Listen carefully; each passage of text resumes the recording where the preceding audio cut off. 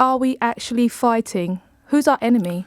Well, clearly the enemies are people who are trying to attack this country at the moment, predominantly in cyberspace, but not exclusively that. I mean, if you visit the operations room in GCHQ, you can see where the threats are coming from, and they're mostly coming from China, North Korea, and Russia. So if you want to identify three enemies, there you go. I think when we think of war, or when I think of war, I think about the last time the UK, in my memory, was at war and it actually took an initiative to engage in war. And I think that was at the Falklands. And I know I'm going back quite a lot of years, but my thinking around warfare invariably relates to how, what happened in that time and in that period. And just on that Falklands, though, I think, because that's an interesting, because I thought you were going to say Iraq, but you said the Falklands War. Why did that happen? It happened in part because the Callaghan government and the Thatcher government had cut our defence budget, and the Argentinians thought, oh, well, they're not taking the Falklands seriously anymore, so we will invade. And that's what happens if you cut your defence budget to the core.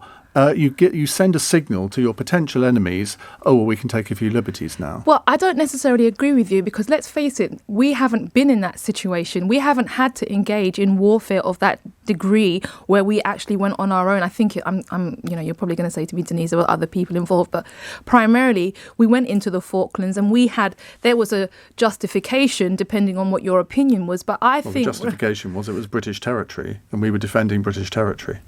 I think where we are at the moment is that we're in a completely different place. And I do agree with you that we do have cyber threats, because I'm of the opinion that we had the Russians involved in, altering particular elections by some of the propaganda they were doing. So I do understand that element. But I look at it and I think to myself, where could we redeploy that money?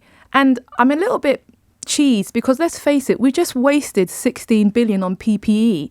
Now, that doesn't really give me a huge amount of confidence in the government's spending plans and the way they do things. So I don't feel confident in their ideas about let's go and have an artificial intelligence plan and we're going to have things shooting out the sky like Space 1999. I'm going back a few years now, Battlestar Galactica, because I think to myself, there's things on the ground. You're a pacifist.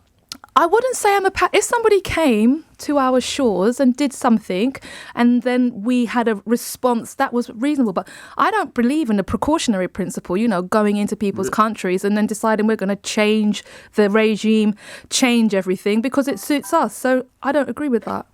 So I don't think that makes me a pacifist, but I mean, do we actually need all the spending that we have on warfare? Well, I do believe in the precautionary principle. Defence spending is all about the precautionary principle, where you have armed forces to deter other people from engaging in any kind of warfare with you. Iain, who is coming here? Nobody is invading us. We're not under attack. Well, you're so 1940s, aren't you? We're not living in the 1940s anymore. We're living in 2021, when the major threats to us are coming from countries who basically want to get into our industrial infrastructure and destroy it for commercial reasons, as well as anything else. China.